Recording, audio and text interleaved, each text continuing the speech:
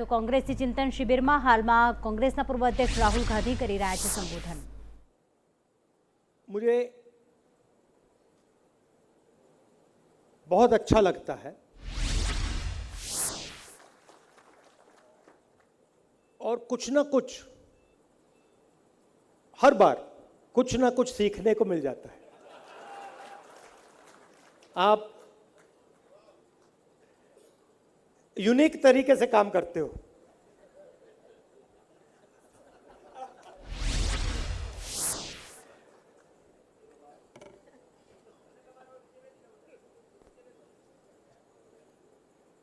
Unique तरीके से काम करते हो और जो हमारी पार्टी है, महात्मा गांधी की वहां फोटो लगा रखी है। हमारी पार्टी गुजरात से पैदा हुई है। मतलब उस समय हर प्रदेश में कांग्रेस पार्टी उठी थी, मगर जो विचारधारा थी, जो डायरेक्शन थी, वो एक गुजराती ने दी थी। उसमें नेहरू जी थे, सरदार पटेल जी थे, सुभाष चंद्र बोस थे, बहुत सारे लोग थे, मगर जिसको स्ट्रेटेजिक डायरेक्शन कहते हैं वो महात्मा गांधी ने दी थी। और बाकी लोग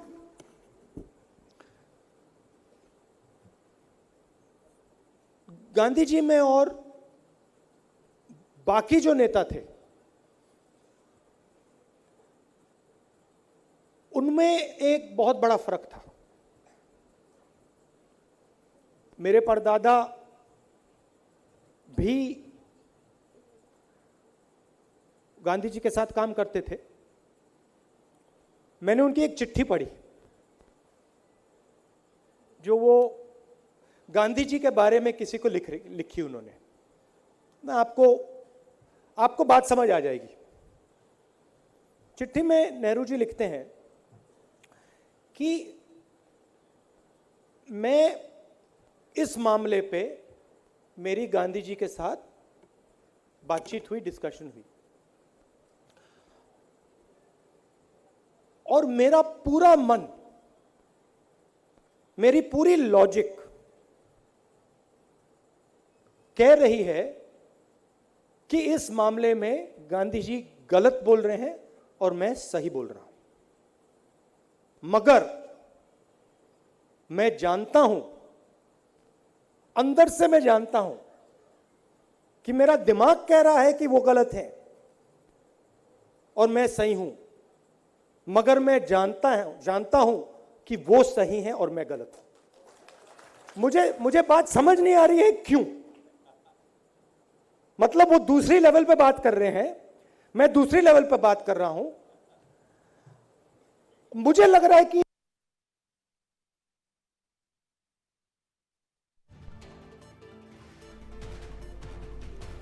તો કોંગ્રેસની 3 દિવસીય ચિંતન શિબિરનું દ્વારકામાં આજે આયોજન કરવામાં આવ્યું છે ને એ પ્રસંગે કોંગ્રેસના પૂર્વ અધ્યક્ષ રાહુલ ગાંધી આજે એક દિવસની ગુજરાતની મુલાકાતે ચિંતન શિબિરમાં ખાસ અલગ અલગ 9 મુદ્દાઓ ઉપર આજે ચર્ચા કરવામાં આવશે। કાર્યકર્તાઓને માર્ગદર્શન આપવામાં આવશે, એક રણનીતિ ઘડવામાં આવશે કે આખરે 2022ની વિધાનસભાની ચૂંટણીમાં કઈ રીતે કોંગ્રેસ આગામી સમયમાં વિધાનસભાની ચૂંટણી લડશે, કયા 9 મુદ્દા ઉપર ચૂંટણી લડવાની જાહેરાત કરવામાં આવશે તે કાર્યકર્તાઓને માર્ગદર્શન આપવામાં આવશે।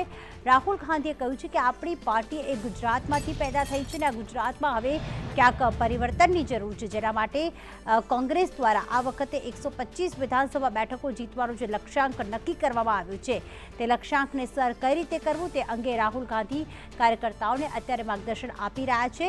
આ ચિંતન શિબિરમાં કોંગ્રેસના પ્રદેશ પ્રમુખ જગદીશ ઠાકોરે પણ સંબોધન કર્યું। ત્યારબાદ કોંગ્રેસના પ્રભારી રઘુ શર્માએ પણ જણાવ્યું હતું કે તમામ નેતાઓને જે કોંગ્રેસમાં ન્યાય મળશે। તમામ કાર્યકર્તાઓ જે કોંગ્રેસમાં વર્ષોથી જોડાયેલા છે તેમને ચોક્કસથી મહત્વનો એક ભાગ ગણવામાં આવે છે।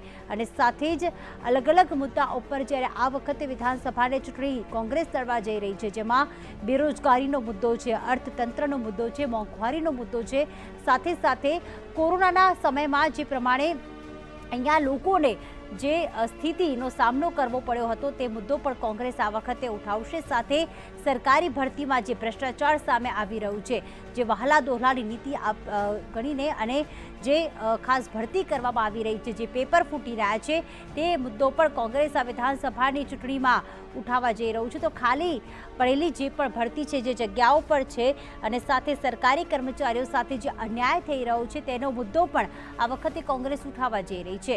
તો સાથે કોંગ્રેસના પૂર્વ અધ્યક્ષ રાહુલ ગાંધી આજે દ્વારકાની મુલાકાતે આવ્યા છે, ત્યારે તેમણે સંબોધનમાં ખાસ એ જ વાત જણાવી કે કોંગ્રેસ એ ગુજરાતમાંથી જન્મેલી પાર્ટી છે અને ગુજરાતમાં આ વખતે પરિવર્તનનો પવન ફૂંકાશે। कि तुम्हें सच्चाई की लड़ाई लड़नी है या झूठ की लड़ाई लड़नी है, तुम मन बना लो। तुम्हें सच्चाई की लड़ाई लड़नी है तो तुम्हें 4-5 लोगों की जरूरत है, और अगर तुम्हें झूठ की लड़ाई लड़नी है तो ले जाओ, सब कुछ उठा के ले जाओ।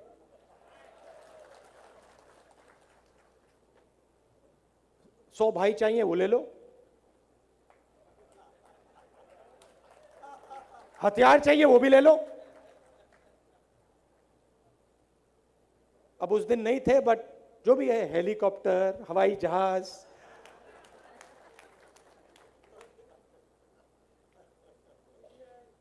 सीबीआई, ईडी, मीडिया, पुलिस,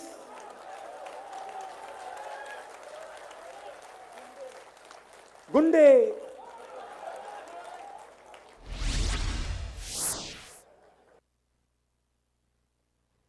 हर रोज कोई ना कोई नया कपड़ा।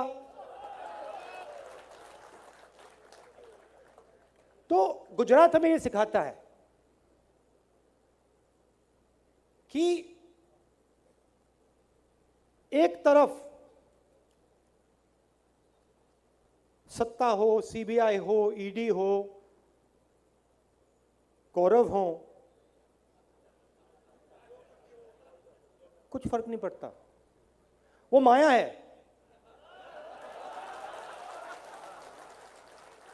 वो माया है,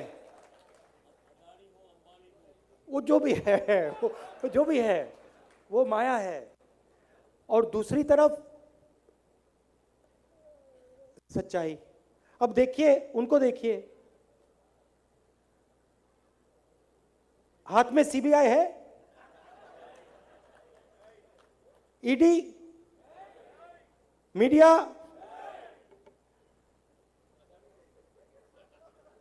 अच्छे कपड़े,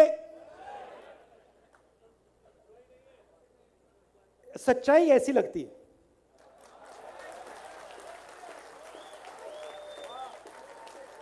सच्चाई बड़ी सिंपल होती है, सिंपल होती है। अब सुनिए, तो गुजरात ने सिर्फ हमें नहीं, कांग्रेस पार्टी को तो गांधी जी दिए, रास्ता दिखाया, मगर गुजरात ने ये जो सोच है, शायद आज गुजरात के लोगों को भी नहीं मालूम कि आपने कहां कहां तक इसको फैला दिया। नहीं, आपको नहीं मालूम, मैं आपको बताता हूं।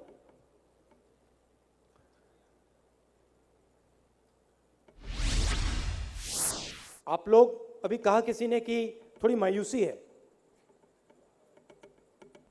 तो उसको मिटाने के लिए मैं ये आपको समझा रहा हूं, बता रहा हूं। मैं जानता हूं कांग्रेस पार्टी में मायूसी कैसे मिटती है, समझता हूं। तो मैं गया साउथ अफ्रीका, वहां पे सोनिया जी थी, प्रियंका थी, मैं था, पापा के असैसिनेशन के बाद मंडेला जी ने हमें साउथ अफ्रीका बुलाया था। साउथ अफ्रीका में जो अपार्थाइड की सरकार थी उसको हटा दिया गया था। तो मंडेला जी ने हमें बताया कि थोड़ा बता रहे थे, लड़ाई के बारे में बता रहे थे, और उन्होंने बताया कि मैं 26 साल जेल में रहा। 26 साल मुझे वो तंग करते थे कंटिन्यूअस, मतलब ये नहीं कि 2 साल अंदर फिर 2 साल बाहर, 26 साल डायरेक्ट सीधा खट, और सॉलिटरी कन्फाइनमेंट में 7-8 साल। तो मैं सुबह उठता था और दिन भर जेल में रहता था। तो मैंने कहा कि जेल में आप इतने साल रहे, आप अकेले रहे, आपको शक्ति कहां से मिली? मुझे कहते मैं तो अकेला था ही नहीं। मैंने कहा आप अकेले नहीं थे, आपने कहा आप तो सॉलिटरी में थे।